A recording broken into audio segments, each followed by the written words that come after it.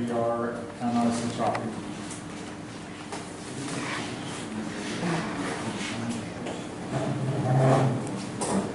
Well, I will, but maybe I shall be brief.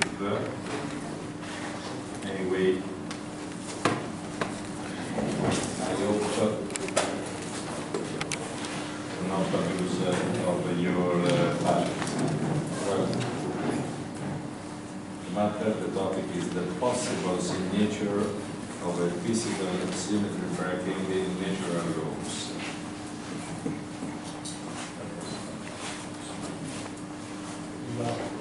The local Lorentz Invariance violation has been studied from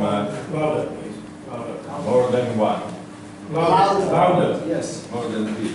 Okay, the local Lorentz Invariance violation has been studied by more than 1 century, and this is the summary of all the results.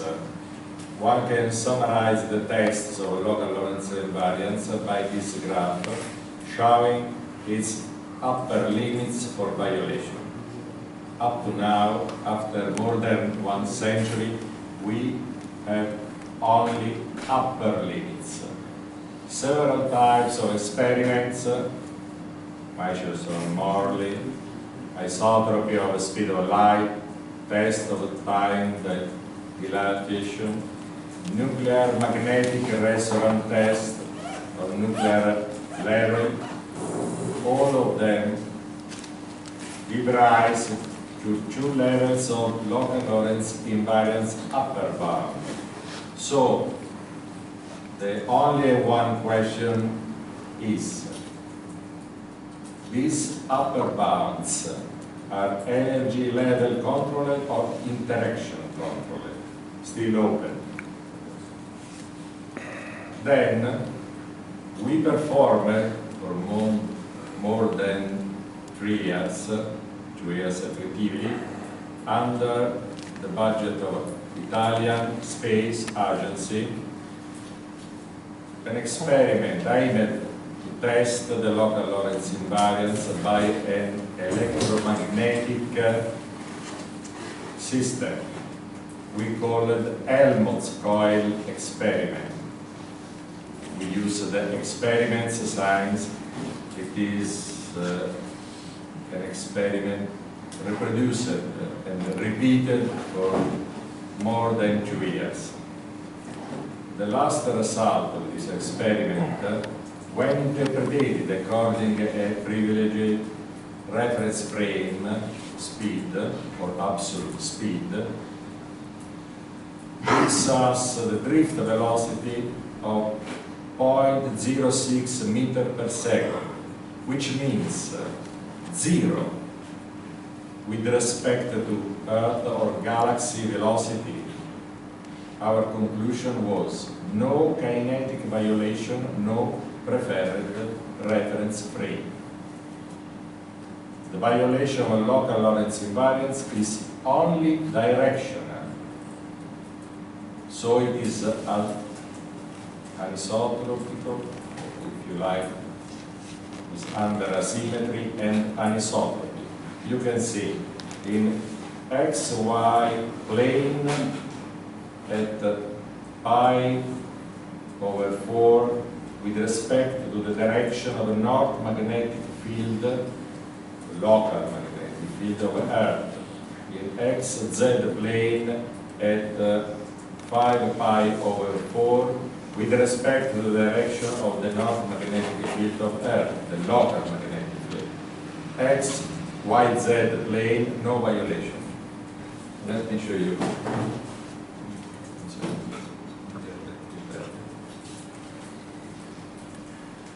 This is the violation over the 0 level, and this is the violation. Higher level of violation, lower level of violation, more extensive, short extensive. This is the angular direction with respect to this reference frame, where this one is the local north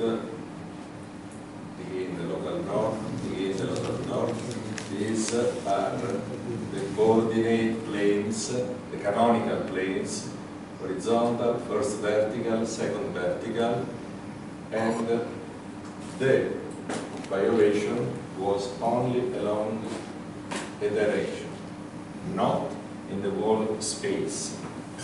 Now, we decided to test this asymmetry with the cosmic microwave background radiation anisotropy and put together the statistical check between them. We transformed the cosmic microwave background radiation privileged directions from galactic coordinates into the alpha azimuth coordinates for geographical position of the site of the coil experiment. The place was L'Aquila University in Italy. In the days of the coil experiment, beginning of June 1998, and at the intermediate time of each dub taking a run, we expressed the detector's directions in the same alt-azimuth coordinates. In the same spatial reference system, we compared the alignment level of the two vectors by taking their scalar product. Correlation between cosmic microwave background radiation isotropies and local Lorentz invariance violation direction have been tested and verified. The hypothesis of an underlying anisotropy appearing simultaneously at the two experimental levels, local Lorentz invariance experiment and the cosmic microwave background radiation isotropies, can be tested by analyzing the correlation of the time series from local Lorentz invariance experiment and the corresponding values of the scalar product. The Spearman correlation indices and the corresponding levels of significance for the two cases, orientation and direction of the scalar product, and only direction, the absolute value of the scalar products are reported in the table. Next. The correlation between cosmic microwave background anisotropies and local Lorentz violation direction. We obtained the results point towards a negative correlation between the direction and the orientation of the local Lorentz invariance experiment, measurement, and the cosmic microwave background radiation isotropies for quadruple and octuple alignment and Doppler boost. No correlation at all. While there is evidence of correlation between local Lorentz invariance experiment measurement and the direction of the cosmic microwave background anisotropies for the cold spot. And this is a physical fact. The cold spot is effectively a measurement not due for assumption of the analysis of cosmic microwave background radiation data. Possible existence of a common underlying asymmetry of the cosmic microwave background radiation. Preferred direction, the directions of local Lorentz invariance violation is to be taken in consideration. These are two evidences of a cosmic scale measurement and a terrestrial scale measurement. The second evidence is the following one. Anisotropic emissions of the form spacetime neutrons and the local Lorentz invariance violation direction. Now we are testing two terrestrial experiments. Well, you can see the device generating a neutrons emissions in the form spacetime condition corresponding to local Lorentz invariance violation or hadronic interaction. The coincidence of the direction of local Lorentz invariance violation and the maximum of the anisotropic emission of neutrons has been verified. You can see. Here is This is the violation and the angle. Here is the angle according to the same reference frame using as x, first x, the local north, the local magnetic field. The other angle here is, and then the angles in this region of the maximum of neutron emission. And if we consider this fact a coincidence of the two phenomena. The cosmic microwave background radiation anisotropy and the deformed spacetime neutron asymmetry have been tested together. Again, a terrestrial experiment and a cosmological scale measurement. In order to investigate the existence of identical preferred direction emerging from the experiments, it is necessary to describe the preferred direction found in the cosmic microwave background in the same spatial reference system of the neutron experiment. It's the same request, the same need as for the Helmholtz coil experiment. The spatial reference system used to describe the direction of the neutron emission is an alt-azimuth system with the north represented by the magnetic north, and essentially the geographical north differs very slightly from the magnetic north. We evaluate at the site and the date of the experiment that this difference is approximately 1 degree. Since the precision of the preferred direction of cosmic microwave background radiation is equal to 1 degree of galactic latitude and longitude, we can consider the reference system of the experiments as an alt-azimuth system with the north given by the geographical north, our geographical north. Therefore, we transform the cosmic microwave background radiation privileged direction for the galactic coordinates in alt-azimuth coordinates for the geographical coordinates of the site. The site was in the Rome area at the National Atomic Agency of Italy at the date and the time of the experiment data recording. The correlation between cosmic microwave background anisotropies and deformed spacetime neutron emission asymmetry has been tested, and again using the Spearman correlation indices, we reached the evidence of a correlation between the neutron emission, the maximum of neutron emission, with the direction of the cold spot. This evidence is slightly stronger for the cold spot anisotropy, only for direction, where both the significance of the statistical test and the correlation index are higher. Moreover, the confidence interval is further shifted with respect to the zero value, and this is most important for this test. The correlation between the cosmic radiation isotopies and the neutron emission asymmetry again give us a confidence interval for the statistical significant correlation index of the Spearman correlation. Therefore, the experimental measurements suggest, as in the case of local Lorentz Invariance experiment by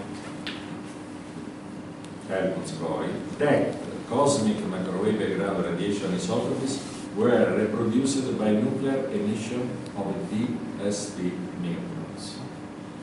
Moreover, the correlation between the cosmic microwave background radiation isotopies and those of the deformed spacetime neutrons emission is stronger than the correlation with the local Lorentz invariance experiments. And this is a very important fact again. In both cases, the one and only anisotropy of of the cosmic microwave background radiation,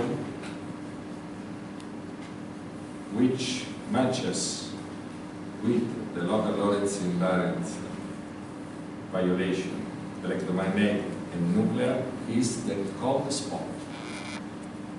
I stress that the cold spot of Cmbr is a physical factor not resulting from data analysis. Just a note about the Spearman correlation index. For the sake of completeness and correctness, we used the Spearman coefficient since we had to deal, if you like, since we had to deal with the non-Gaussian data having different values, as in the form space-time neutrons and Helmholtz coil experiments.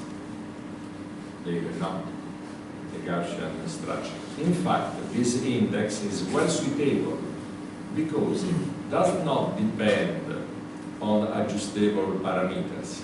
Moreover, it does not search for the linearity of the response among the variables under test, but it looks only for the common variation. Since our starting point was not to consider the measured variables as possessing a linear interdependence. Anyway, we used also the Pearson index and obtained comparable results. For this reason, we rely on the robustness of the statistical test performed.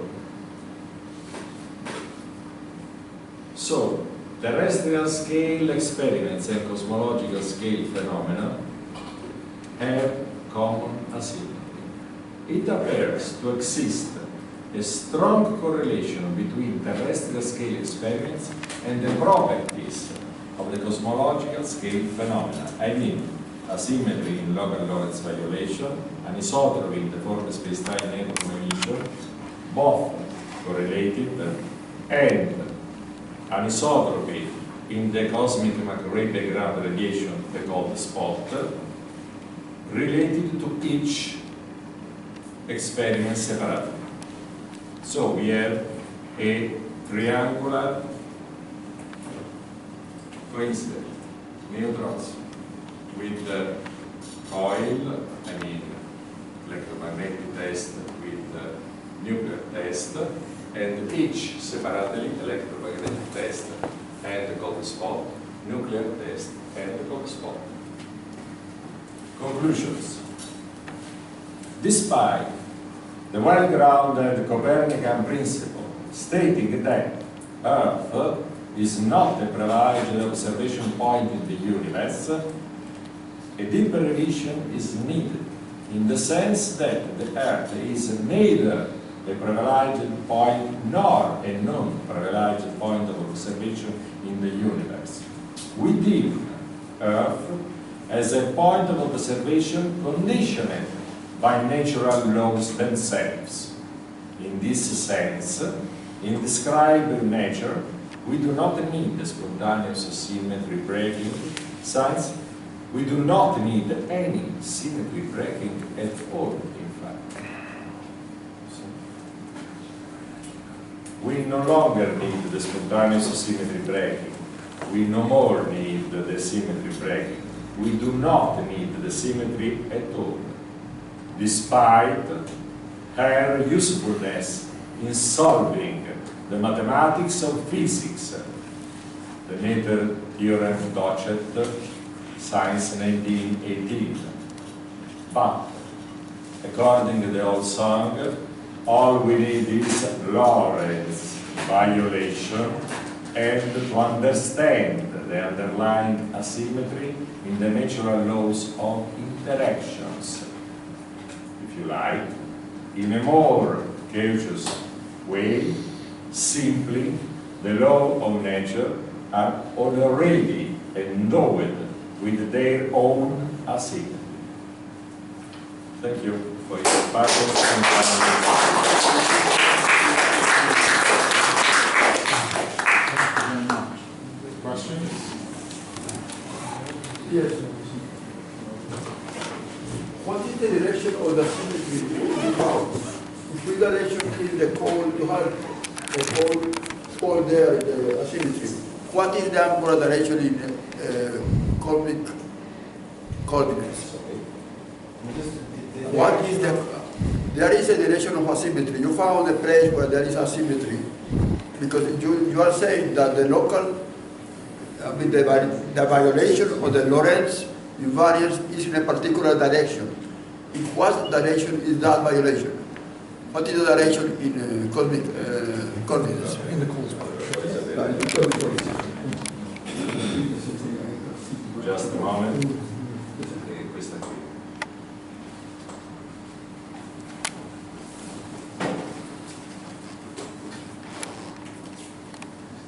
This is the previous to last. Here is I cannot see from here, so can you say what is the number? okay, come here. Come here. Come here. It's too far for me to see the number. Here is the numbers. Oh, wonderful, good. It's simple. 45 degrees and yes. Does it all record? Yes. But you have to take into consideration the fact that you have to fix a reference frame. So you have to fix at least one axis, the north. I know. Okay, using the local north. Then you have the vertical one orthogonal to the north and the horizontal one orthogonal to the north. Not so simple. Then you have to fix the convention of rotation. And then you have the angle. When you combine the angle on the plane, when you verify the violation, you have the direction in that moment, in that situation, using that electromagnetic system. Sure. But my question is, how do you calculate that angle also? Do you know what is the angle right now? How do you make the calculations? How do you calculate the angle? I mean, you know. No, this is a teaching of the nature. I mean, No, we can combine the two angles, I know that. but there is the problem each time to define the reference frame and test that the phenomena is compatible with the angles.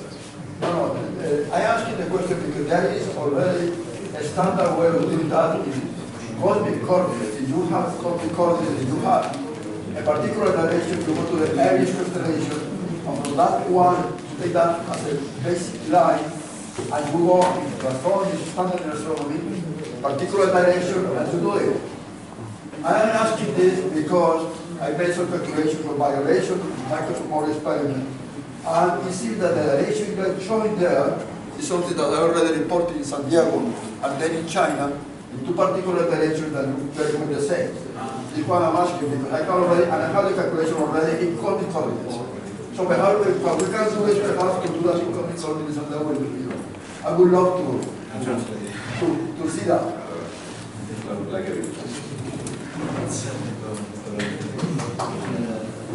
Other questions? Yeah.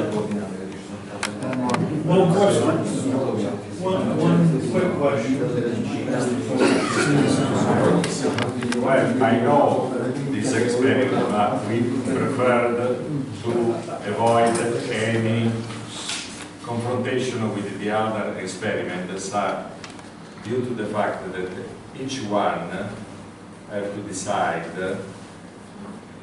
and it needs a separate symposium if you like, and put together all the data of all experimental teams and reach a common conclusion about the final asymmetry of nature, and then test this asymmetry with other levels of phenomena like the nuclear one or the cosmological one, and then cross-check or double cross-check the tests, and in this way reach, I already said, I repeat, a common accepted conclusion about both the asymmetry and the value of direction of asymmetry. Thank you. Thank you. Other questions? Yes, question here. Now, I wanted to just, if I understand correctly, your conclusion, you're saying that we have definite evidence, seemingly at the cold spot, for local arrest violation. How confident are we that that is the correct interpretation? Like, is there a way of explaining it without any local arrest violation?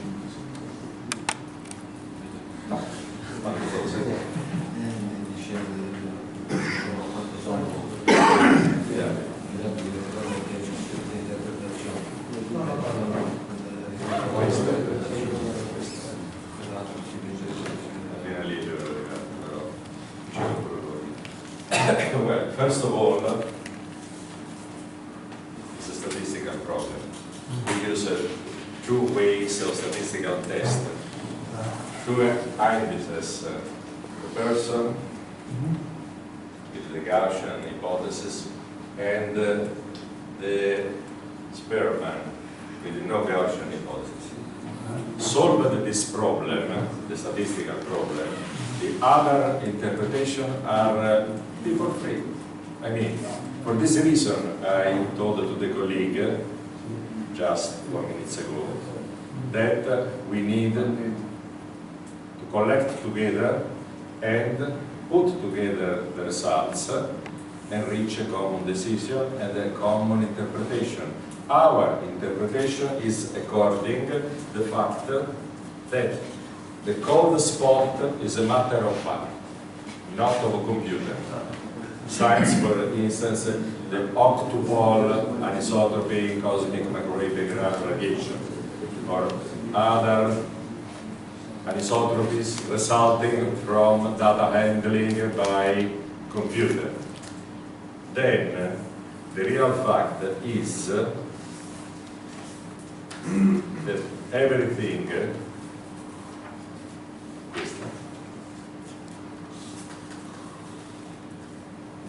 is completely and quite compatible with the upper bounds. But you see that we have two levels of upper bounds: electromagnetic experiment, nuclear experiment.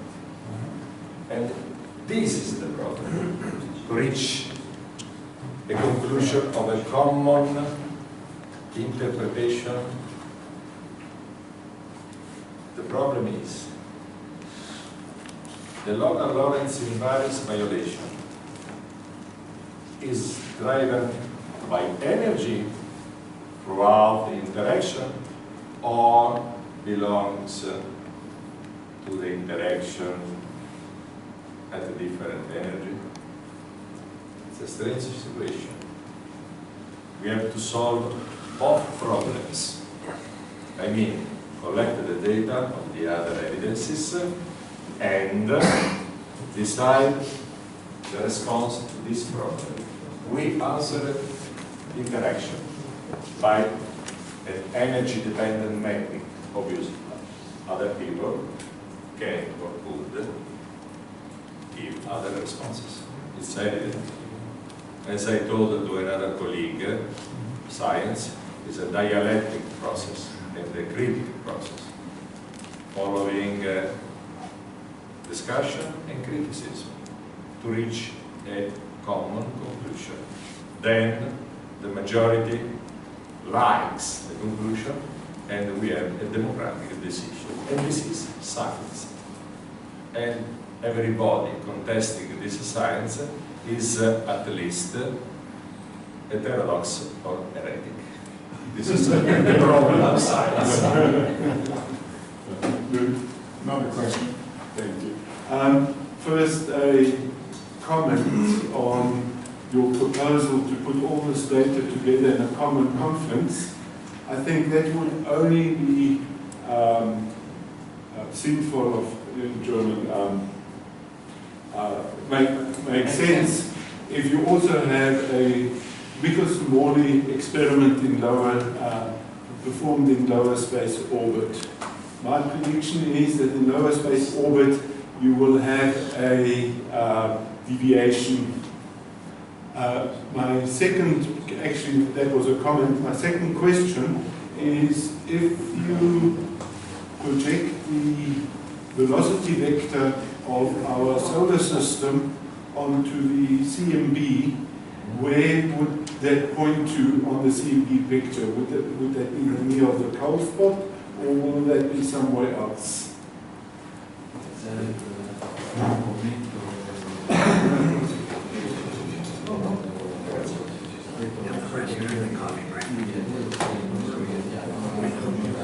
That would be the last question.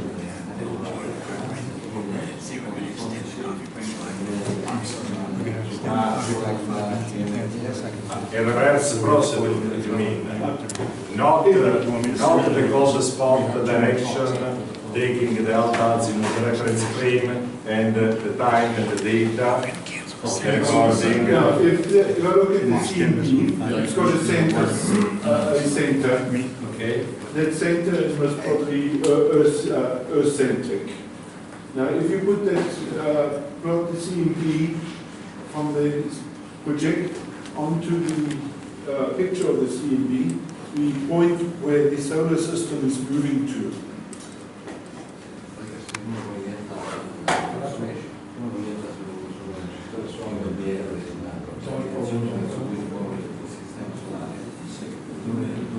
No. When you perform the scalar product, it's symmetrical. You don't need to perform this operation. It's already implemented in this method. Automatically, you don't need to perform this operation. It's symmetrical. You don't need to project to cold spot or reverse the cold spot on Earth. This method we have used have as this peculiar feature that we don't need to do both operation. It's a symmetrical operation. For this reason we decided to use the projection by scalar product. Besides, we have the Abelian property. It is commutative. It's simple. Thank you, Fabio. More questions during the coffee break. We're going to extend this